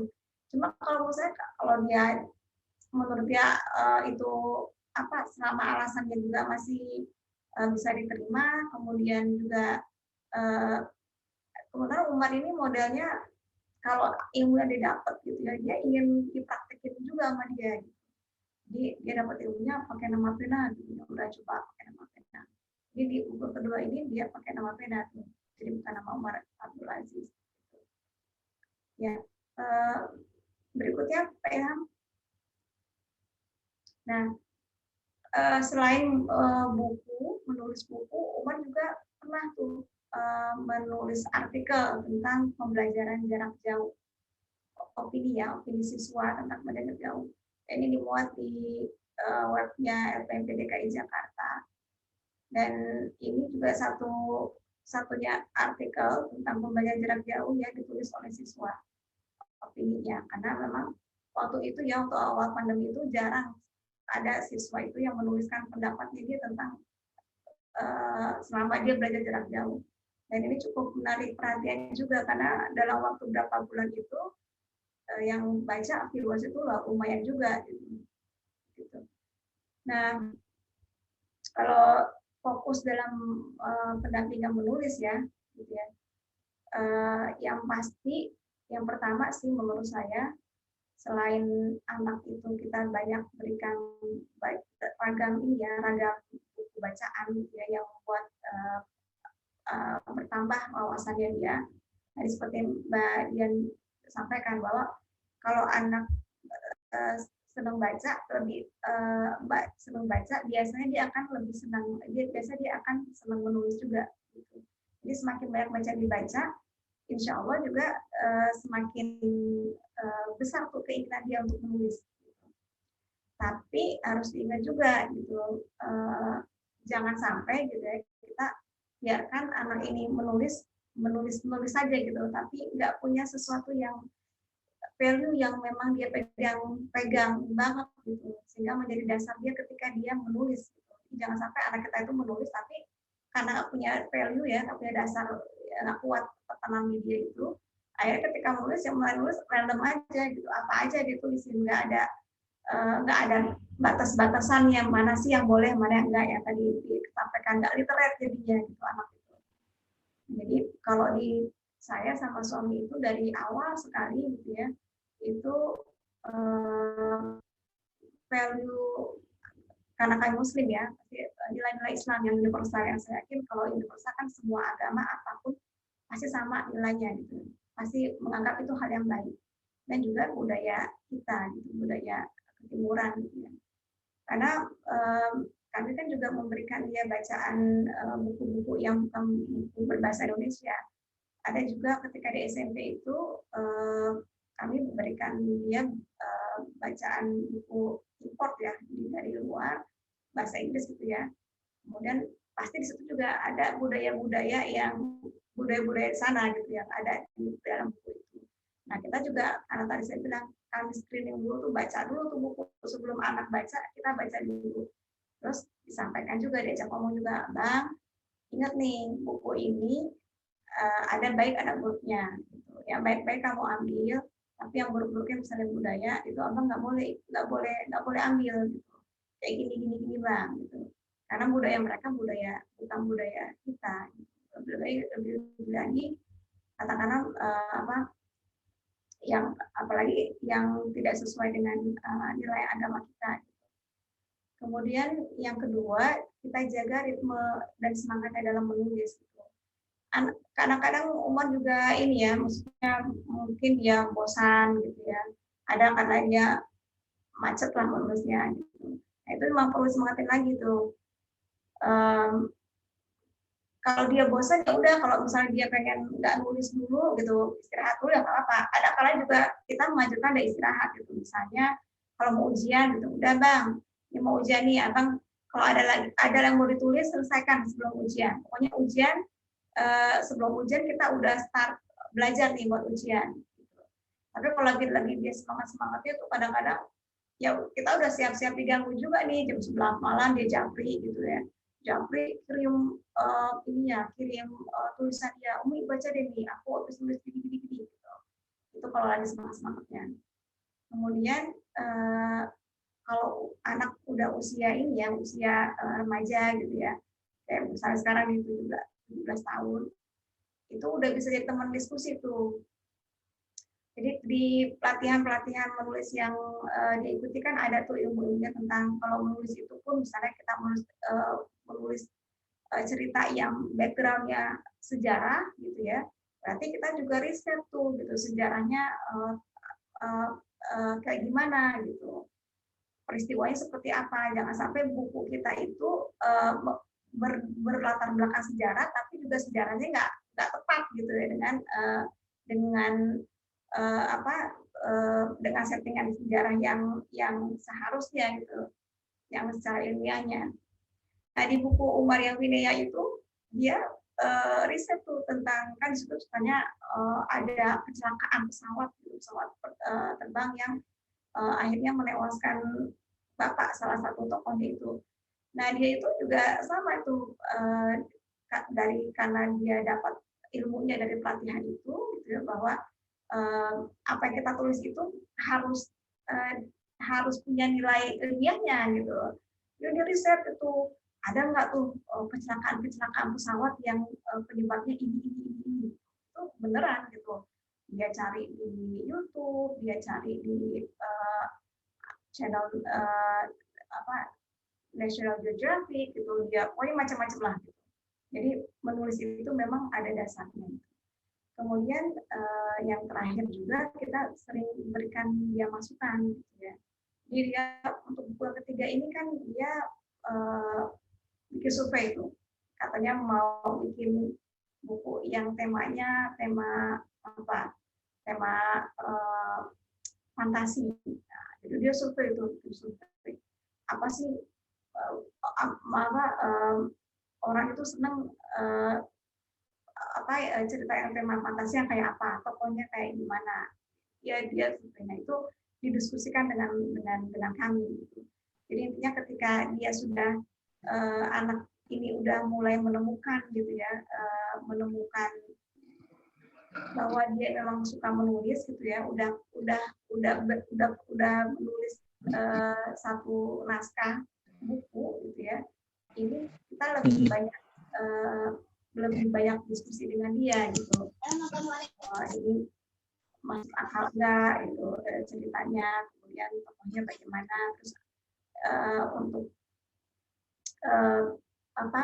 untuk sampai kepada misal kalau dia riset gitu ya, risetnya yang valid seperti apa gitu. Di buku yang kedua Winia itu pun juga sama, dia mencoba menulis dengan genre yang lain gitu, kan dia udah remaja nih ceritanya. Kalau yang buku pertama yang si pendiam istimewa itu kan dia masih SMP. Nah itu bukunya lebih kepada memberikan motivasi gitu ya, kepada supaya pembacanya lebih dengan kondisi yang misalnya dengan kondisi pendiam ya anaknya ya, tapi bukan berat. Di buku itu kalau kita baca, anak yang pendiam itu ternyata punya banyak kelebihan gitu ya. Nah di buku yang kedua, aku mau menulis yang lain. Menulis apa? Aku mau tulis romansa. Romansa. Gimana itu Omang udah pernah beromansa? Belum pernah sih, Bi. Terus gimana? Pokoknya aku mau bikin cerita romansa, tapi yang bukan romansa yang lebay galau nih. Terus gimana ceritanya? Nanti Umi kasih masukan. Gitu. Nah, jadi udah tuh ya, udah mulai umur segitu nih gitu. Dan terus dia nanya tuh waktu itu, Mimi, kalau kita ini misalnya kita boncengan sepeda, iya, laki-laki sama temennya perempuan boncengan sepeda boleh nggak? Emang kenapa boncengan naik sepeda? Ya, yang boncengan naik sepeda aja nganterin pulang. Oh gitu ya, nak. Kalau zaman sekarang kan biasanya anak-anak kan main gagah-gagahan tuh nak, udah naik motor bukan sepeda lagi nak. Gitu. Iya, tapi kan aku nggak mau kayak anak sekarang. Oh iya, jadi kita teman yang baik buat diskusinya dia gitu. Maksudnya menurut saya gitu ya. Oh, buat dia mungkin boncengan naik sepeda itu udah suatu romansa buat dia. Ya udahlah, selagi masih biasa, masih dalam wajar-wajar aja, ya udah biarin aja gitu. Jadi nggak memaksakan juga gitu. Terus saya lihat lagi ceritanya. Terus abis itu gimana Bang kalau dia boncengan naik sepeda? Ya udah, boncengan sepeda di rumah. Ini sih ibunya kasih tahu kalau itu nggak kurang baik. Oh gitu, nah ya. Paling nggak dia tadi saya bilang punya value gitu. Jadi itu nggak baik, tapi dia bahasakan itu dengan bahasa yang lebih bisa lebih umum lah gitu ya, diterima orang gitu. Dan kalau memang saya baca cerita-ceritanya Umar tuh ya, tulisan Umar itu memang dia ceritanya itu selalu ada value-nya. Jadi nggak cuma sekedar dia tulis cerita, tapi pasti ada sesuatu yang mau dia sampaikan gitu nilai itu. Ada yang tentang cermin tuh ya, pernah lihat itu bahwa ya cermin itu isinya tentang anak yang kurang bersyukurlah dengan apa yang dia punya. Dan pada suatu saat akhirnya ketika dia kehilangan gitu sesuatu yang dia banggakan, itu membuat dia sadar bahwa yang sesungguhnya yang dia banggakan itu bukan miliknya dia, gitu, tapi memang Tuhan yang memberi kepada dia, gitu ya. Pokoknya yang sejauh yang saya baca ceritanya itu selalu ada value yang mau disampaikan. Ya, sudah selesai slide ya, Pak Ilham ya? Ya. Demikian Bapak Ayah Bunda, insya Allah pengalaman saya, berbagi pengalaman saya mendampingi anak yang punya bakat menulis dari dia kecil, dari TK sampai remaja seperti sekarang, 2 buku, beberapa buku antologi dan 1 artikel ya. Insya Allah demikian yang bisa saya sampaikan, Bu Elin. Ya, baik, terima kasih Ibu Jihani. Ayah Bunda, saya ambil kesimpulan sedikit terkait apa yang sudah dipaparkan oleh Ibu Jihani, membuktikan bahwa seorang ibu bekerja mampu melahirkan anak penulis dengan kuncinya satu, yaitu fokus. Kalau saya melihat tadi dari beberapa pemaparan Bu Jihan, beliau fokus gitu ya.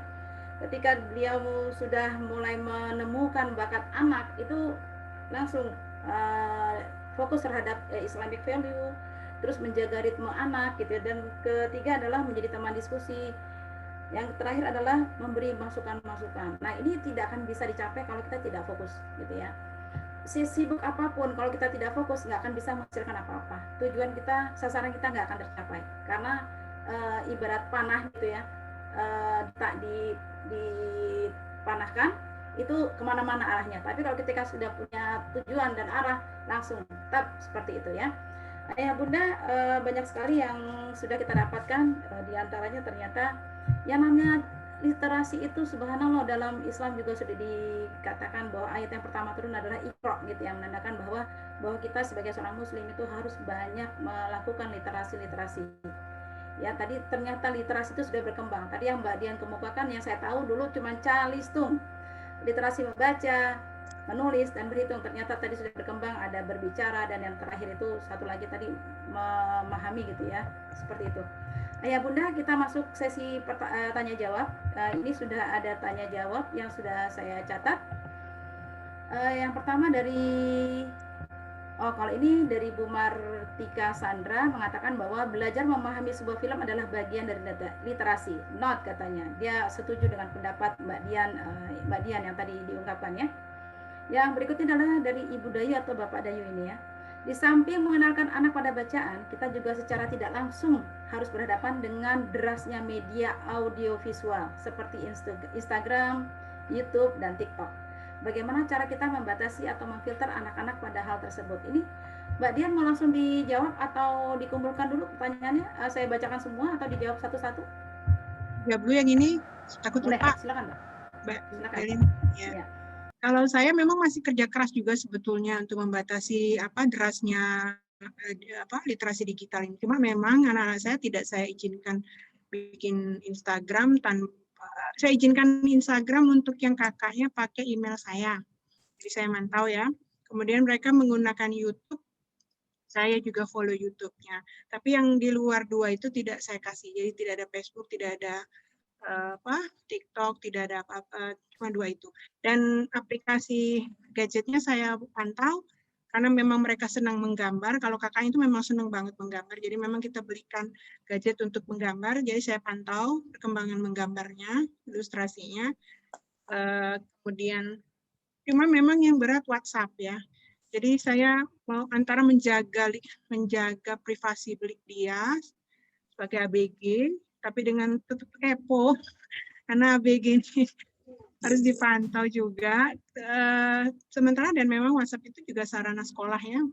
Guru-guru kan juga pakai WhatsApp untuk membagikan tugas atau komunikasi dengan murid selama PJJ. Jadi memang ini masih kerja keras. Tapi biasanya nih kalau saya triknya gini, dari sekian banyak ke digital atau literasi digital yang ada, kita nggak mungkin melarang, itu dulu. Karena berat melarang itu, apalagi PJJ, apalagi sekarang pandemi. Jadi kita bisanya itu membatasi. Misalnya ada 10 literasi digital atau medsos segala macam yang ada, kita kasih 2 aja misalnya. Atau 3 dengan konsekuensi Sabtu Minggu, sekian jam. Pokoknya itu tinggal kita mengenal anak kita deh. Kita mengenal anak kita gimana, apakah dia anaknya jujur atau enggak, apa anaknya memang bertanggung jawab atau enggak, kita yang tahu, orang tua yang tahu. Jadi kita nggak bisa bilang, hanya boleh 1 jam, hanya boleh 10 jam, itu nggak ada. Kalau saya sih lebih fleksibel melihat, kalau gambar nggak mungkin saya tahan. Kalau dia lagi menggambar itu, saya tidak berani memberhentikan kegiatannya begitu sudah 1 jam, stop, nggak bisa. Karena itu sudah yang namanya kreativitas si anak. Tapi kalau memang yang cuma WhatsApp, YouTube ya biasanya saya tegur gitu, saya ingatkan, saya nggak sampai berbuih-buih mulut ya tetap harus diingetin terus. Itu tugas orang tua kayaknya ya. Dan yang nomor 2 memang tentang YouTube, tapi saya lihat YouTube-nya adalah tentang negara-negara. Jadi memang kita orang tua nggak bisa membatasi, tapi kita bisa mengarahkan. Seperti tadi Mbak Jihani bilang, kita harus fokus nih anak bisanya apa, nih anak sukanya apa. Nah, kita manfaatkan literasi digital tadi untuk mensupport kesukaan si anak. Anak putri saya senang menggambar, maka saya arahkan YouTube-nya ke menggambar ilustrasi. Putra saya yang kedua senangnya membuat country balls, informasi negara, pendapat dia tentang geografi. Jadi saya arahkan ke sana. Jadi justru nggak punya game mereka. Jadi kalaupun main game saya lihat saya langsung uninstall. Biasanya begitu ada game di handphone mereka atau handphone saya tanya, ini kapan diinstalnya?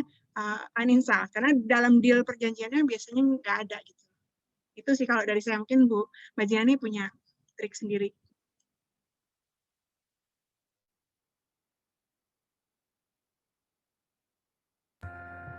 Mbak Dian mau menambahkan apa yang disampaikan Mbak Dian Onesis?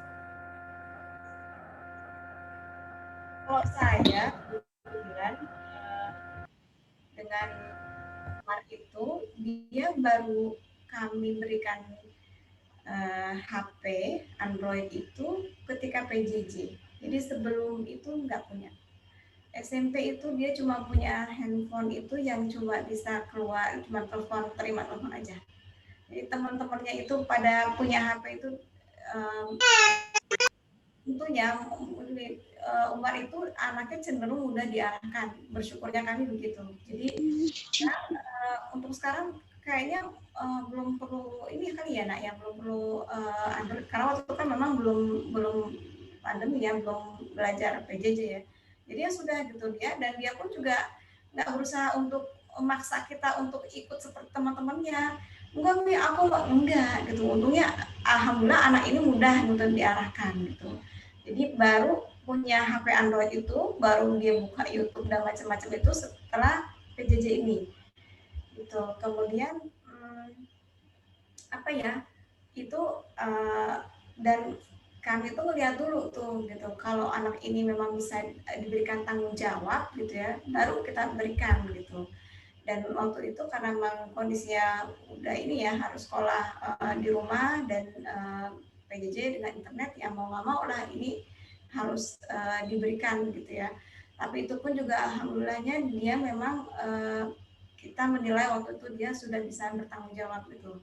Karena waktu itu saya ingat banget ya, temennya tuh dia ngobrol sama temennya, Mar, gue heran dah sama lu katanya. Kenapa? Kok lu bisa dah? Dia bilang 3 bulan apa 6 bulan tuh nggak ngeliat YouTube. Enggak gitu loh. Saya temennya tanya gitu, kok bisa 3 bulan 6 bulan tuh ngeliat YouTube gitu ya. Ya kalau Umar sih jawabnya, ya karena kita udah kebiasaan gitu, udah kebiasaan nggak bergantung untuk lihat YouTube dan ya, seperti itu. Jadi buat dia 3 bulan 6 bulan itu udah hal yang biasa gitu kan. Mungkin karena emang apa ya, dari anaknya sendiri sudah bisa bertanggung jawab gitu. Jadi ketika kita tinggal pun gitu ya, kita pun juga agak lebih tenang gitu. Dan dia pun juga tahu batas-batas seperti tadi Mbak Dian bilang juga, game-game itu dia nggak install gitu. Jadi game-game itu yang diinstal di laptopnya atau di HP-nya itu cuma yang kita instalin, yang lain tuh dia nggak. Dulu kan tahu ada Mobile Legends lah, yang apa segala macam, dia nggak mau, nggak pengen gitu. Itu alhamdulillahnya mudah diarahkan. Baik, terima kasih Mbak Dihani. Pertanyaan berikut Mbak Dian. Kalau anak sudah ada ide cerita, sering diobrolkan dengan bundanya, dari hasil imajinasinya, apa yang harus dilakukan agar jadi karya produktif? Apa dituliskan dahulu oleh orang tua atau bagaimana? Anak saya 4,5 tahun, tapi sering bercerita dan dibacakan buku, dan baca sendiri dari hasil lihat gambar di buku, dan menceritakan kembali. Nah ini bagaimana ya kalau apa ya? Silakan Mbak Dian. Ya, terima kasih Mbak Bu Elit. Kalau saya pribadi punya pengalaman sama yang anak besar ya, yang gede itu, dia senang menggambar. Jadi waktu dia punya ide cerita, saya tanya, kamu sukanya nulis cerita itu atau mau dibikin gambar? Jadi saya pribadi tidak pernah memaksa anak saya itu, kalau memang nggak mampu menulis ya berarti dia lebih suka menggambar. Alhamdulillah tuh karena sudah terbiasa berpola pikir memulai cerita, konflik, menyelesaikan, dan ending, kelas 1 atau kelas 1 SD kalau nggak salah, saya ingat banget. Kelas TK, dia udah nyelesain 2-3 pickbook bikinan dia sendiri. Nah, jadi Mbak Fatimah Zahra, kalau anaknya suka gambar, biarkan dia menggambar idenya itu, mengaplikasikan idenya dalam bentuk gambar. Jangan ditolongin dulu, karena harus kalau menurut saya harus natural ya. Cerita anak tuh harus izinin, dia harus original gitu. Jadi jangan diikut campur dulu, biar dia menyelesaikan dulu. Nah, kalau misalnya dia berkenan, jadi waktu itu kalau sama putri saya, setelah dia menceritakan idenya, saya bilang, ini ada 10 kertas, Kakak Bila bisa nulis, bisa bikin gambarnya. Kalau males nulis ceritanya, Kakak bilang ngomong, Bunda tuliskan. Jadi selesai gambar tuh sampai 10 halaman dia bikin, terus bagian yang teksnya dia bilang gini, Bun halaman 1 kalimatnya begini. Saya tulis pakai tulisan saya. Nah, nanti Mbak Fatimah bisa begitu. Jadi biarkan anaknya dulu bikin, nanti setelah dia bikin banyak, pilih mana yang sudah berpola, baru kemudian ditawarkan mau berupa gambar terus atau nanti ditulis. Dan jangan dipaksa karena kita harus menikmatinya. Nah, karya Kak Bila itu saya berikan ke teman saya, founder website serusetiapsaat.com, punyanya Gita Lovusa. Nah, itu bisa teman-teman mungkin coba iseng cari, namanya Bila Onassis. Onassis ini nama suami saya sebetulnya.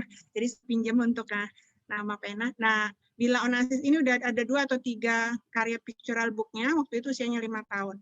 Nah, ini juga bisa dilakukan, tidak harus jadi karya yang harus diterbitkan kalau masih kecil-kecil gitu. Bisa juga, itu tadi websitenya bisa di-download ya, teman-teman bisa download pictorial book-nya di website serusetiapsaat.com. Tapi bisa juga, saya ingat banget untuk membangun empati. Jadi literasi ini kita kenalkan anak tuh untuk membangun empati.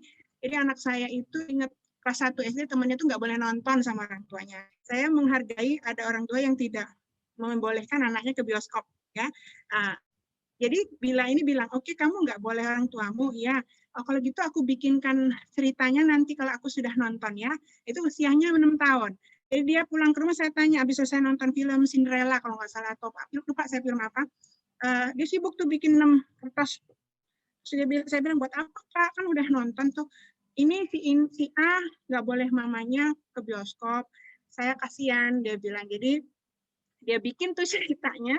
Jadi ini semacam literasi juga jatuhnya, setelah nonton dia bikin ininya dijilid sama dia di necis gitu ya. Dibawanya ke sekolah, besoknya dikasih ke teman tadi. Ini yang semalam aku tonton sama Bunda sama ayah aku. Kamu boleh lihat ini gitu. Nah, jadi Mbak Fatimah kalau menurut saya jangan dituliskan dulu ya. Jadi biarkan dia secara original menceritakan apa yang dia punya. Nanti kalau memang dia menikmatinya, baru naikkan dikit levelnya dengan gimana kalau ditulis. Misal kalau dia memang anaknya auditori, dia akan menulis kalau dia anaknya visual, dia akan menulis dengan senang hati. Tapi kalau dia auditori, bikin video gitu lah. Maksudnya suruh dia bercerita dari ide ceritanya tadi. Jadi jangan terlalu jauh.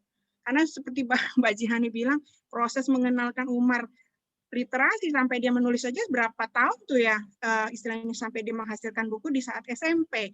Artinya prosesnya ini yang sekarang kita sering-seringkan lah, kita pasti maksimalkan. Kapan dia jadi literasi atau berwujud benda seperti buku, video atau apapun literasinya nanti, biar Allah nanti yang netepin, karena itu memang sudah ininya Allah gitu lah. Nah, kita orang tua tugasnya gitu. Jadi saran saya, biar anaknya enjoy, jangan diutak-atik. Saya suka ngumpulin loh. Sampai sekarang saya punya box-box khusus karya anak-anak saya. Kemudian kalau dia suka, pilih apakah dia visual atau auditori atau kinestetis untuk mengaplikasikan ide ceritanya. Panjang banget ya. Silakan Mbak Jihani tambahkan. Kayaknya udah cukup, Mbak Dian sama. Ya, saya lanjutkan ya. Pertanyaan berikut dari Ibu Martika Sandra. Pertanyaan untuk kedua narsum, bagaimana dengan sebuah buku di mana idenya dari anak, ada gambar tapi belum bagus, jadinya diketik dan disusun oleh ibunya, semacam ghostwriter, apakah itu tergolong mengasah literasi anak? Terima kasih. Saya sih nggak rekomen ya. Kalau menurut saya, tapi usia anaknya dulu deh gini. Jadi gini, di KKPK itu biasanya di KKPK, pokoknya buku-buku anak yang ditulis oleh anak diterbitkan oleh penerbit besar, biasanya memang naskah itu mentah banget dan akan dirapikan oleh editor. Ini sudah rahasia umum. Nah, jadi kalau menurut saya nih, setelah naskah selesai, Mbak Martika diskusikan sama si anak. Jadi, ini adegan yang ini perlu atau tidak misalnya. Jadi sekalian melatih anak untuk menerima kritik tapi dengan cara diskusi. Kalau anaknya udah cukup besar ya, 9, 10, 11 tahun. Tapi kalau anaknya masih terlalu kecil, kalau menurut saya tinggal dirapikan typo-nya aja. Jadi jangan sekali-sekali mengubah ide original naskah anak. Typo-nya aja, misalnya ada salah ketik atau ketikan yang berulang. Nah, itu diajarin itu. Nah, terus baru kirim ke penerbit. Kalau memang ide ceritanya bagus, biasanya penerbit menerima, nanti tugas editor yang merapikan. Kalau saya tidak merekomendasikan ghostwriter, karena ghostwriter itu adalah pekerjaan yang ditugaskan oleh orang lain kepada si penulis dan dibayar, ya. Dan mereka mempunyai perjanjian kerja. Misalnya Kak Gim kan terkenal tuh, tapi dia punya ide tulis, tapi nggak sempat nulis nih karena memang waktunya sangat terbatas. Jadi dia menugaskan satu orang penulis terkenal, tolong tuliskan tentang ini bahannya, nanti dia jadi ghostwriter dan tidak boleh disebutkan namanya. Dan itu kerjasama ya, dibayar. Tapi kalau seorang ibu ada anaknya nggak boleh pakai ghostwriter. Saya merasa itu pekerjaan instan. Nanti hasilnya nggak akan bagus. Sesuatu yang instan, bahkan Indomie pun kata orang-orang kan harus diproses dulu ya kan. Jadi jangan. Itu kalau saya pribadi tidak menganggap itu mengasah literasi anak. Mbaknya ajarin aja yang typo-nya. Typo itu misalnya salah ketik gitu. Ya, atau satu kalimat yang berulang, boleh diajarin. Nanti kalau ide cerita memang bagus, insya Allah diterima sama penerbit. Demikian menurut pendapat saya, Mbak. Mudah-mudahan Mbak Martika menerima pendapat saya. Oke, pertanyaan berikut langsung aja Mbak ya, karena sudah larut, kita coba langsung dari Mbak Dayu. Anak saya yang pertama ini usia 10 tahun. Kapan sebaiknya mengenalkan anak pada tulisan? Ya, silakan Mbak.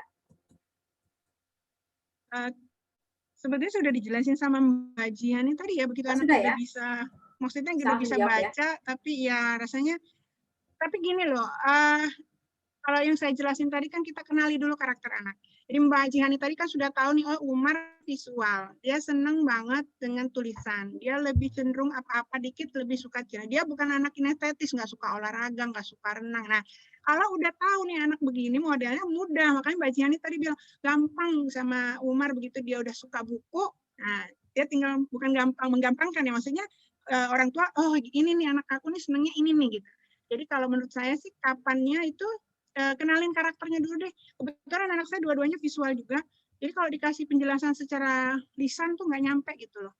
Jadi harus pakai gambar, pakai apa. Jadi kapan mengenalkan anak pada tulisan, senyaman anak ya. Begitu dia memang karakternya visual, biasanya umur 2 tahun, 3 tahun tuh udah demen tuh. Udah demen megang pensil, udah demen gambar. Tapi kalau dia memang anaknya lisan, auditori, ya jangan dipaksa dulu, kasihan. Mungkin bisa jadi dia SD baru senang tulisan. Kalau anaknya kinestetis tapi ada cenderung visual, itu juga sambil sambil nyanyi drama-drama, jalan-jalan, lihat pegang kertas terus lihat batu di jalan, gambar batu. Ajak jalan gitu loh, diajak jalan anaknya gitu, terus sambil bawa kertas, sambil apa gitu, bawa poin apa, pokoknya istilahnya dikenal dulu karakter, cara belajar si anaknya gitu. Emang agak repot sedikit, jadi jangan disamaratain semua anak harus belajar nulis dari 3 tahun, 4 tahun, enggak juga. Makanya guru TK tuh luar biasa kalau saya bilang, guru TK tuh mengenal 10 anak dalam satu kelas, aduh Masya Allah itu. Baik, Mbak Dian, kita masuk ke pertanyaan terakhir. Terima kasih dari Pak Ari Maulana. Bagaimana menurut Uni Dian tentang bacaan online, seperti di Wattpad, kan banyak juga cerita-cerita remaja, atau aplikasi KBM App. Pas nggak sih untuk meningkatkan semangat literasi anak? Itu silakan Mbak Dian. Sebetulnya aplikasi ini buat anak di bawah 12 tahun belum bisa ya. Jadi kita ya karena remaja jatuhnya mungkin ya, tapi memang berat. Kalau saya nggak pernah punya aplikasi WhatsApp apa atau KBM dulu sih di gadget anak-anak itu yang pertama. Yang kedua, apakah ini meningkatkan semangat literasi anak? Tugas orang tua memilihkan mungkin ya. Memang berat sih memilihkan dalam arti gini. Misalnya orang tuanya suka baca WhatsApp, terus nemu cerita bagus, nah baru rekomendasikan gitu loh. Jadi jangan anaknya yang langsung dibaca, kamu baca tuh WhatsApp tuh banyak naskah-naskah bagus ya, tapi kan kayak kita naruh anak di rimba hutan belantara yang nggak ngerti gitu. Jadi kita orang tua yang kalau bisa sih kita baca dulu. Makanya saya selalu bilang sama teman-teman, baca dulu deh buku-buku yang kita beliin buat anak. Oh seru beli buku, tapi kita nggak bacain, kita nggak lihat dulu, itu jangan juga. Jadi sama seperti aplikasi menurut saya ya, prinsipnya sama sih. Nggak bisa ditahan KBM, aplikasi WhatsApp itu nggak bisa kita, misalnya bisa aja kita bilang anak saya patuh, tapi tahu-tahu temennya kasih tahu nih, ada cerita bagus nih WhatsApp nih, baca pakai HP gue. Nah itu tuh gimana tuh mengantisipasinya? Nah kalau nggak kitanya yang ngajakin diskusi kayak kata Mbak Jihani tadi, gimana kita mendiskusikan, menanamkan apa ya pesan moral atau agama kepada si anak bahwa iya nggak males deh baca begituan, nggak ada hikmahnya. Nah itu tuh yang berat. Jadi kalau menurut saya sih tugas orang tua dulu deh untuk menjelaskan apakah penting WhatsApp atau aplikasi KBM. Kalau memang mereka bilang kata si Anu bagus, ya sudah kita berdua bacanya sama si anak. Cerita yang mana yang bagus misalnya, layang-layang putus ya. Saya tahu judulnya doang. Kita baca dulu. Jangan deh nak, ini bagian ini kayaknya.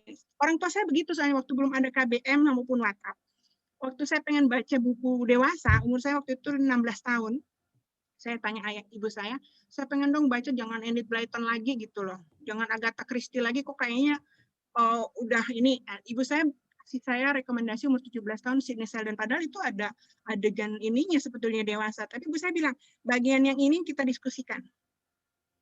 Apakah membuat saya jadi seneng nonton yang maaf ya porno atau enggak? Justru saya saya lewatkan. Jadi keterbukaan kita sama anak gitu loh. Jadi tentang WhatsApp, aplikasi, Om Ari, monggo kenalin sama anak, tapi Om Arinya juga ikut baca gitu loh. Jangan cuma sono ke WhatsApp, ke KBM gitu. Karena kita nggak bisa kita bilang nggak boleh, nggak langsung kasar gitu menantang, harus kita tunjukin bahwa kelebihan kekurangannya di mana gitu.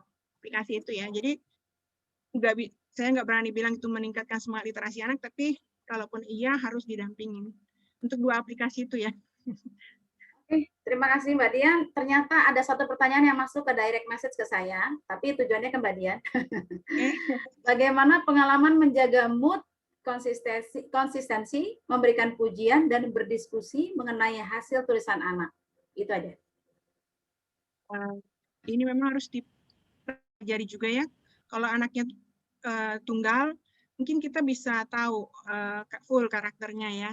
Jadi kita tahu kapan bisa, kayak kata Mbak Jiani tadi, ada masa-masanya dia nggak mau nulis nanti ABG itu kan, tapi ada masa-masanya dia justru tertarik begitu kita kenalin kelas online, kelas offline gitu kan, justru apalagi Umar tadi katanya setelah punya pengetahuan dia pengen mengaplikasikan. Nah, kalau orang tuanya udah paham tuh enak tuh masuknya kapan, walaupun kita nggak bisa nulis teorinya seperti apa, tapi kita sebagai orang tua tuh biasanya tahu. Nah, tapi kalau anaknya banyak nih misalnya 3, 4, 5 orang, emang ini tugasnya pujiannya berat.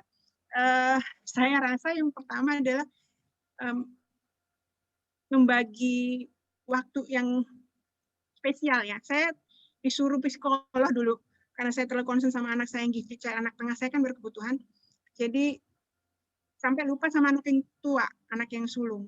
Nah, psikolog terus bilang kamu harus punya waktu 30 menit sehari minimal untuk berdua dia tanpa adik-adiknya.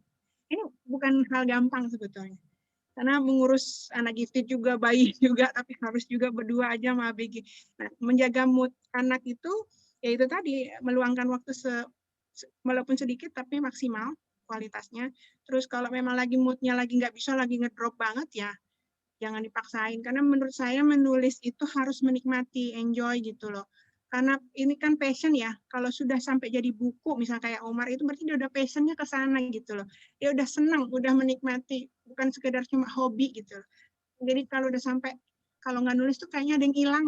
Nah, udah sampai situ tuh kalau udah sampai ngakhirin buku biasanya ya. Jadi kalau buat ibu-ibu, buat yang nanya tadi Mbak Elin, mungkin sekali lagi dipelajarin dulu karakter anaknya.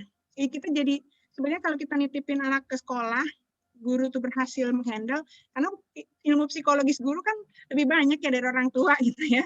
Dan udah jamak namanya murid patuh sama guru, lain sama anak sama orang tua. Kecenderungannya sering ngebantah gitu, maksudnya ngedebat gitu kan. Nah jadi memang kita pelajarin lagi nih anaknya modelnya seperti apa. Saya terserah pernah marah besar sama Amar, anak nomor 2, tapi karena dia visual, saya nggak bisa marah lisan gitu. Nggak nyampe. Jadi saya pakai kertas, mungkin seperti saya cerita tadi, saya pakai kertas untuk menjaga mood saya, menjaga mood dia. Saya marah sama dia itu pakai kertas. Bayangin marah tapi harus pakai kertas. Nah jadi kalau teman yang Mbak Elin tadi nanya, ya itu tadi karakter anaknya dilihat gitu, kapan dia bisa. Ya memang harus begitu, harus digali terus karakter anaknya. Mudah-mudahan menjawab ya, karena saya agak susah juga sih. Anak saya sebetulnya mudi banget. Jadi dia menggambar, kalau memang sudah menggambar tuh bisa berjam-jam, tapi kalau nggak menggambar ya nggak menggambar. Jadi saya nggak bisa maksain, Kak, lu Kak harus gambar, ini nggak bisa. Jadi agak seniman gitu loh. Seniman itu kan punya waktu sendiri biasanya untuk berkarya. Seperti itu. Baik, Mbak Dian, terima kasih atas penjelasan dan jawaban yang sudah diberikan kepada Ayah Bunda. Ayah Bunda, sampai kita di penghujung acara. Insya Allah, kalau ada pertanyaan bisa diajukan pribadi saja, karena memang waktunya sudah cukup, gitu ya. Baik, kita akhiri dengan pembacaan hamdalah, istighfar. Subhanakallahumma wa bihamdika asyhadu an la ilaha illa anta astaghfiruka wa atubu ilaik. Assalamualaikum warahmatullahi wabarakatuh. Sampai ketemu di lain kesempatan. Saya kembalikan kepada host. Terima kasih host. Terima kasih Bu Elin, terima kasih semuanya. Terima kasih Bu Dian, Bu Jihan.